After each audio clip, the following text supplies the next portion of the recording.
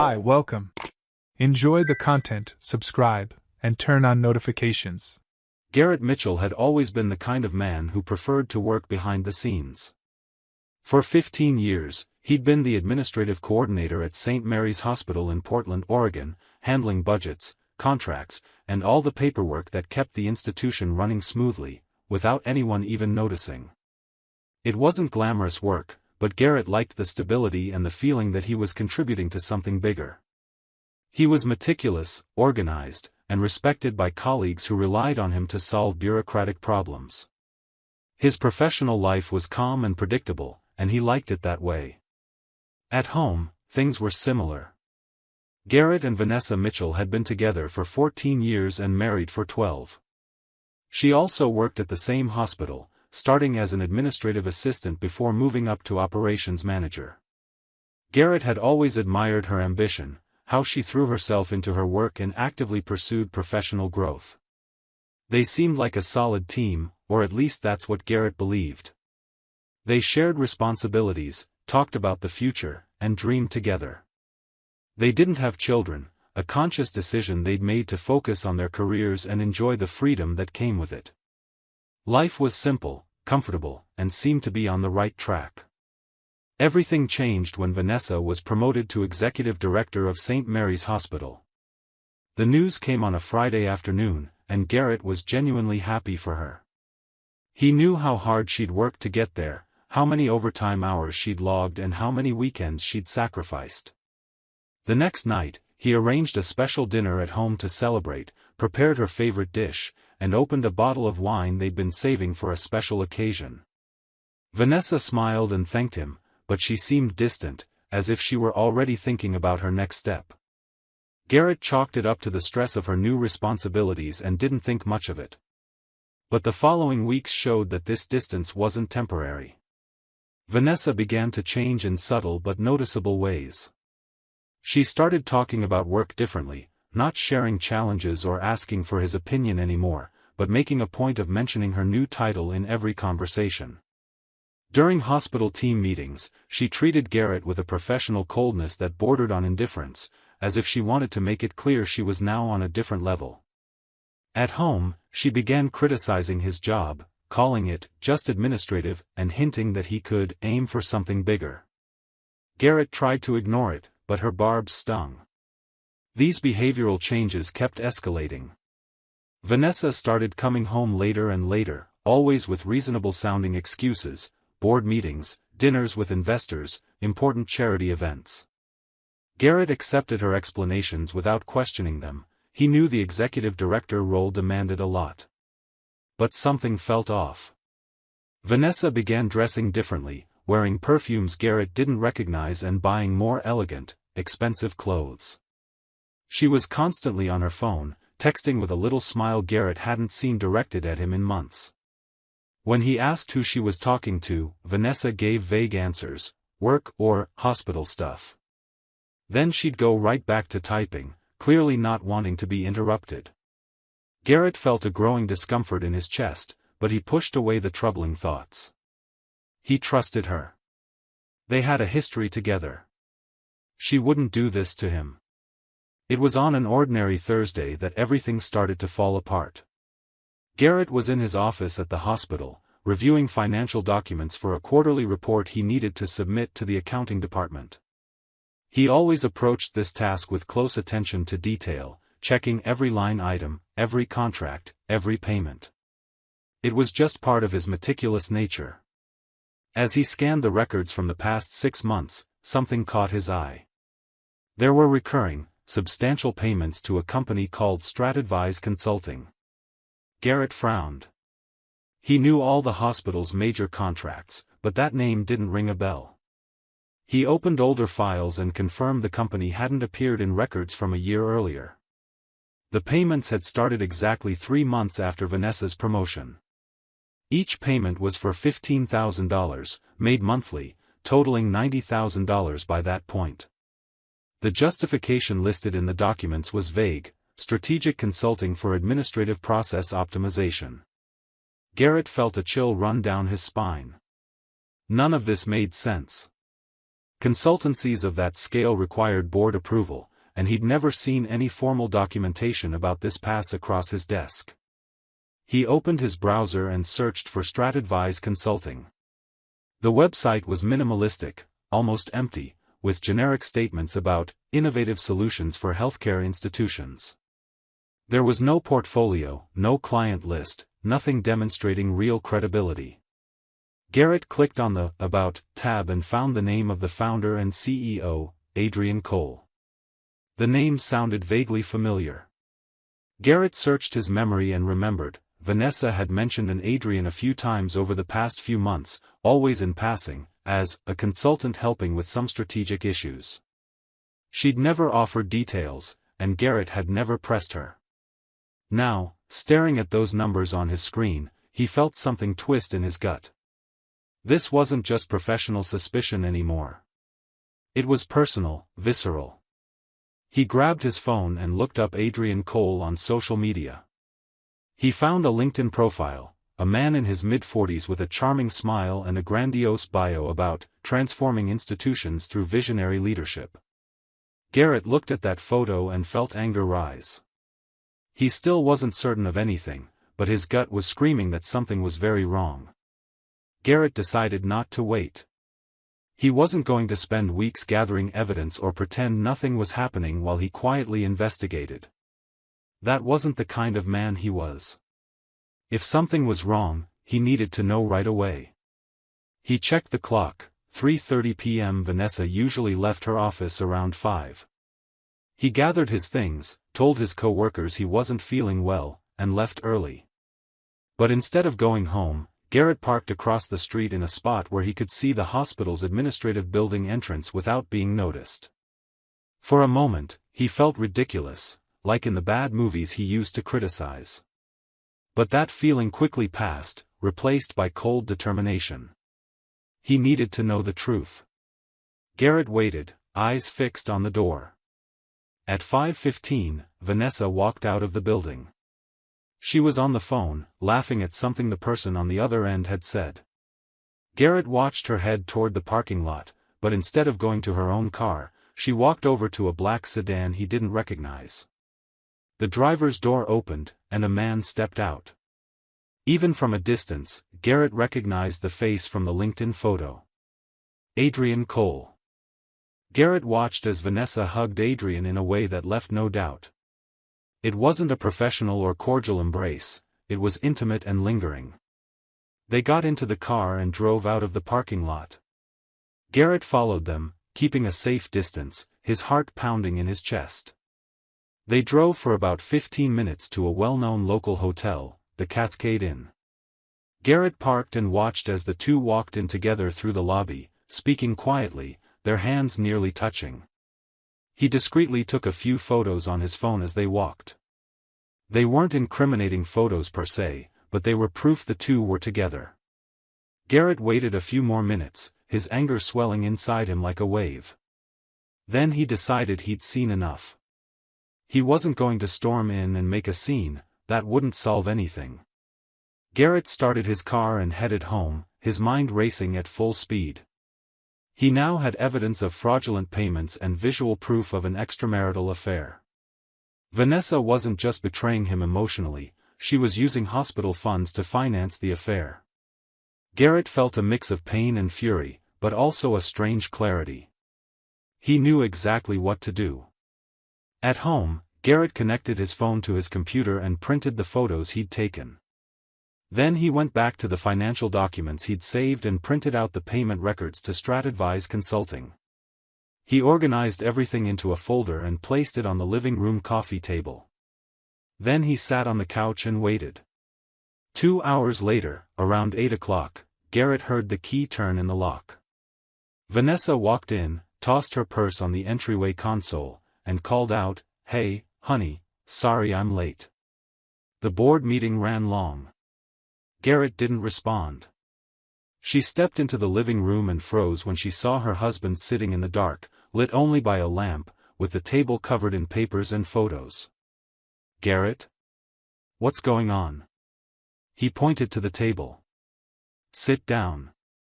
Vanessa hesitated but sat in the armchair across from him, her eyes already showing fear. Garrett pushed the photos toward her. Cascade in. Today. 5:30. Vanessa turned pale. She picked up the photos with trembling hands and stared at them without saying a word. How long, Vanessa? Garrett asked, his voice low but firm. How long have you been sleeping with that fake consultant? Vanessa opened her mouth, closed it, then opened it again. Garrett, I can explain. You can't, he cut her off. There's no explanation that justifies this. Garrett grabbed the financial documents and tossed them onto the table between them. $90,000 in 6 months. Paid to a shell company that delivers nothing. Public money diverted to support your lover. Vanessa's eyes widened, her mask of control finally slipping. Garrett, it's not like that, it's exactly like that, he said, his voice growing colder. You've been embezzling hospital funds to pay this guy. And I have all the proof, fake contracts, payments without bidding, empty justifications. All of it. Vanessa started to cry, but they weren't tears of regret, they were tears of panic. Please, Garrett, don't do this. I can pay the money back. I can fix everything. We can work this out. Garrett slowly shook his head. No. We can't. Because I've already taken care of it. Vanessa stared at him, confused. Garrett continued, each word deliberate and measured. This afternoon, before I left to follow you, I sent anonymous copies of all these documents to 3 members of the hospital board, and to internal audit. They'll receive them tomorrow morning. Vanessa's face drained of all color. You didn't do that. I did. And I did more. I hired a lawyer. I'm filing for divorce on Monday, with all this evidence attached. Adultery and fraud. You won't get anything. Vanessa stood up, her voice rising in desperation. You can't do this to me. I worked for years to get where I am. Garrett stood too, locking eyes with her in a coldness he didn't know he possessed. And you threw it all away. Why, Vanessa? Because you thought you were above everyone else? Because you thought I was too small for you? She didn't answer, just kept crying. Garrett grabbed his car keys. I'm staying at a hotel tonight. I'll come get my things tomorrow. You can keep the house for now, but not for long. He walked to the door but stopped and looked back one last time. You know what's worse, Vanessa? It's not even the betrayal. It's that you treated me like I was invisible. Like 15 years of work, 12 years of marriage, meant nothing. You stepped on me every day and thought I'd stay quiet. But I'm not invisible. And now everyone will see who you really are. The next morning, Garrett returned to the house, packed his clothes and personal belongings while Vanessa stayed locked in her room. He didn't try to talk to her. There was nothing left to say. Garrett rented a small apartment near the hospital and tried to keep up his routine, but he knew the storm had only just begun. On Monday, the scandal exploded. The hospital board received the anonymous documents and immediately launched an internal investigation. The audit confirmed the irregularities in the contracts with StratAdvise Consulting. There had been no bidding process, no delivery reports, nothing to justify the payments. Vanessa was called to an emergency meeting with the board and tried to defend herself, claiming the services were real and that additional documentation existed, but under pressure, she couldn't produce anything concrete. Adrian Cole was summoned to testify and, faced with mounting pressure, admitted the consulting services were practically non-existent. He'd held a few initial meetings and submitted generic reports copied from internet templates, but nothing worth $90,000. The money had funded trips, expensive dinners, and gifts exchanged between him and Vanessa. Adrian was also married, and when his wife discovered the affair through the hospital's investigation, she collapsed. She reached out to Garrett to understand what had happened, and the two exchanged information, each dealing with their own pain and betrayal. The investigation quickly turned into a public scandal. Local media picked up the story. Hospital director diverts funds to lover. Vanessa was suspended from her position pending the formal investigation's conclusion. The board, pressured by negative publicity and the need to protect St. Mary's Hospital's reputation, acted swiftly. Within 2 weeks, Vanessa was officially fired for cause. She lost not only her job but also her reputation in hospital administration. No other institution would hire her after the scandal. Adrian Cole lost the contracts he still had with other companies and watched his marriage fall apart. His wife filed for divorce and requested full custody of their 2 children, citing the affair and fraud as evidence of poor character unfit for involved fatherhood. Adrian tried to rebuild his career in another city, but the stain on his reputation followed him. Garrett, on the other hand, kept working at St. Mary's Hospital. At first, there was discomfort and hallway gossip, but soon the narrative shifted. People began to see Garrett not as the pathetic victim of betrayal, but as the man who'd had the courage to expose a corruption scheme harming the institution. Colleagues who'd barely noticed him before now greeted him with respect. The new executive director, hired after Vanessa's departure, made a point of publicly thanking Garrett for his integrity. The divorce process was quick and favorable to Garrett. With clear evidence of adultery and fraud, Vanessa couldn't contest the proposed terms. Garrett kept most of the couple's assets, including the house, while Vanessa had to cover legal fees and faced potential civil lawsuits from the hospital for repayment of the embezzled funds. She tried contacting Garrett a few times, sending messages apologizing, claiming she'd made a terrible mistake and wanted a chance to make things right. Garrett didn't respond. There was nothing left between them. The woman he'd loved, or thought he'd loved, had never truly existed. The Vanessa he'd known was an illusion. The real person was someone capable of betrayal, lies, and theft without hesitation. Garrett no longer felt anger. He felt only an emptiness where affection used to be, and a renewed determination to rebuild his life away from that toxicity. Months later, Garrett was sitting in his apartment, sorting through personal finances, when an unknown number called. He hesitated but answered. It was a headhunter from Seattle offering him a position as financial director at a large private hospital. Someone had recommended Garrett, citing his impeccable ethics and administrative competence. For the first time in months, Garrett smiled. He agreed to go through the interview process. He got the job. 6 months after the scandal, Garrett moved to Seattle, started a new position with a significantly higher salary, and, for the first time in years, felt in control of his own life. He didn't jump into a new relationship right away. He needed time to heal, to figure out who he was outside the marriage that had defined much of his adult life. But gradually, Garrett started going out with friends, meeting new people, rediscovering hobbies he'd abandoned. He picked up the guitar again, something he'd loved in his youth.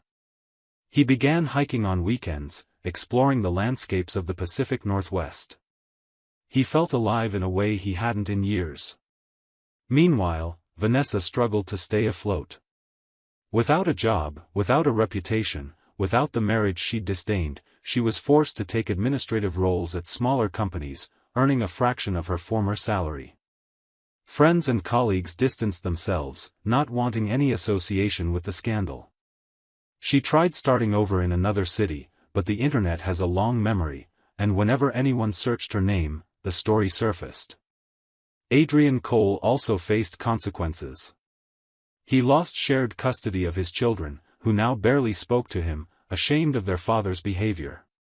He sold insurance over the phone, a job he hated, but it was the only work he could find after his professional reputation was destroyed.